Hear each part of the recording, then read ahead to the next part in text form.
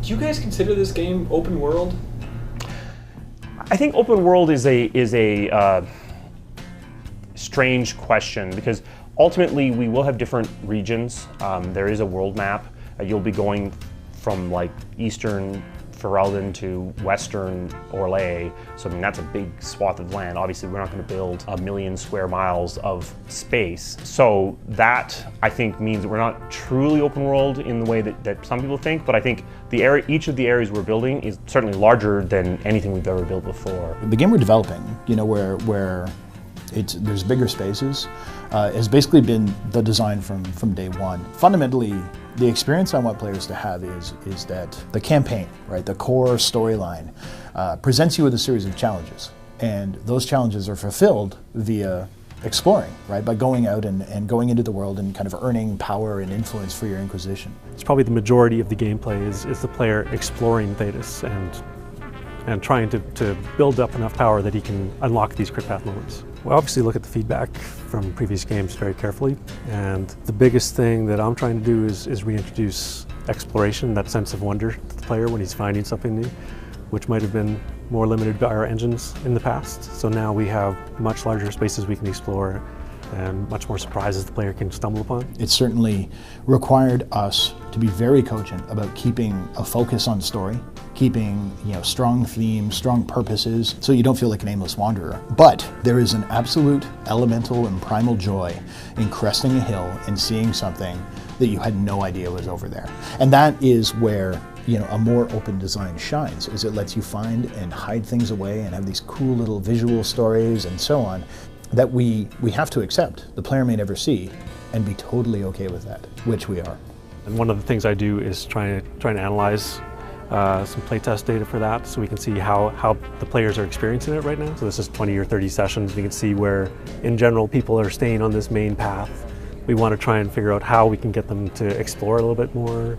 You can take a look at combats and see, oh, there's problems. People are always dying at this spot. So we can look at exactly why that's happening. If maybe that combat's too tough, and then we can look at exactly what they're interacting with at various spots in the level. Once we're happy with the space, that's when we can come in and start iterating on the thematic elements that we're doing there. So adding more of the encounters with the Venatori, adding the elements that the player is trying to build his Inquisition's power, so camps he can capture, or lost collections that he can find. The exploration areas are meant to be explored more than once. They're not, I go to that thing and I'm finished. The player can come back to these. There will be higher level content within areas they can come back to later on. I would say that we're in a lot of ways, we're actually a lot like what you saw in the Baldur's Gate series, with areas that existed in part just to be spaces that you went through, but they had a story of their own, and bringing that back, getting back to something from our roots is really good.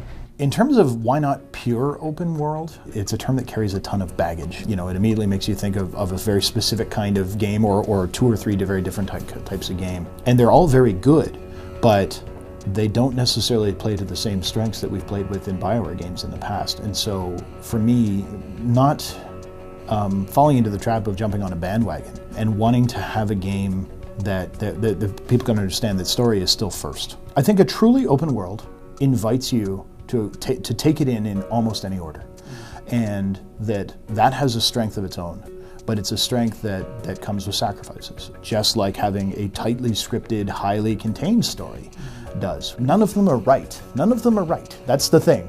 It's all about how you want to execute. And to my mind, the team that we have and the desire that they have is to execute on one that has that kind of story that takes you to new places, as opposed to being a campaign that says, no, go anywhere anytime you want. Do you think it's a challenge you'd like to tackle sometime in the future though? I don't know. I don't necessarily know that it would be the right challenge to tackle with Dragon Age. I think that, you know, when you make a series of games, you need to find what works for that series of games. You need to cultivate fans that have stuck with you and are really passionate and that want to do it. And you need to be consistent within. Is it something BioWare might look into? Maybe. I mean, it's, you know, that's a pretty long-term question. Those games can be absolutely enthralling, right? You can lose yourself for 70, 80, 170 hours in an Elder Scrolls game, and that's fabulous.